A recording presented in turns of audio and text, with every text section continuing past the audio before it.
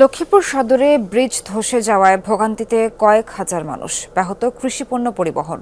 নতুন ব্রিজ নির্মাণ এবং বিকল্প যোগাযোগ স্থাপনে মন্ত্রণালয় প্রস্তাবনা পাঠিয়েছে এলজিইডি। ওয়ালটন টেলিভিশন মাত্র 25,490 টাকায় পাচ্ছেন গুগল টিভি। 6 গ্রামের মানুষের চলাচলের একমাত্র ব্রিজটি ধসে পড়ায় এই দুর্ভোগ।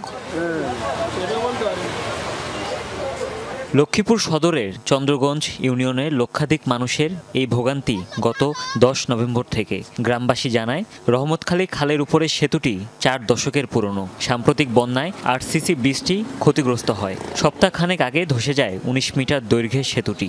এতে সীমাহীন দুর্ভোগে সাধারণ মানুষ।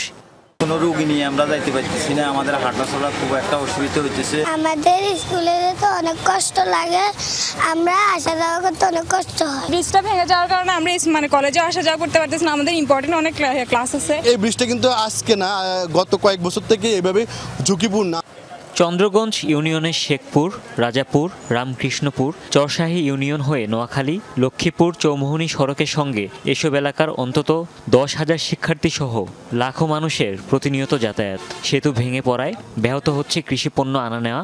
শিক্ষার্থী আর রোগীরা পড়েছেন সবচেয়ে বিপদে। এই ব্রিজটা ভেঙে যাওয়ার পরে সকল প্রকার শিক্ষা কার্যক্রম আমার বন্ধ রয়েছে। আশপাশের এলাকা, গ্রাম এবং শিক্ষা প্রতিষ্ঠান, ওই এলাকার সব কিছু মোটামুটি দুর্ভোগ আমাদের কমবে। এখানে 30 মিটার দৈর্ঘ্যের একটি নতুন ব্রিজ নির্মাণ ও সাময়িক চলাচলের বিকল্প ব্যবস্থা করতে মন্ত্রণালয়ে চিঠি পাঠিয়েছে এলজিইডি। টাকা পাঠিয়েছি, এরা চাইলে ডিপিপিতে যেহেতু আছে, এটা আমাদের অতি সত্বর অনুমোদন হয়ে যাবে। অনুমোদন হয়ে গেলে আমরা সাথে রাতে যেদিন অনুমোদন হবে সেদিনে টেন্ডার প্রসিডিউরে চলে যাব। কবে নাগাদ যান ও মানুষের চলাচলের ব্যবস্থা স্বাভাবিক হবে তা নিশ্চিত করে বলতে পারছে না কর্তৃপক্ষ। হুমায়ুন রশিদ, যমুনা নিউজ।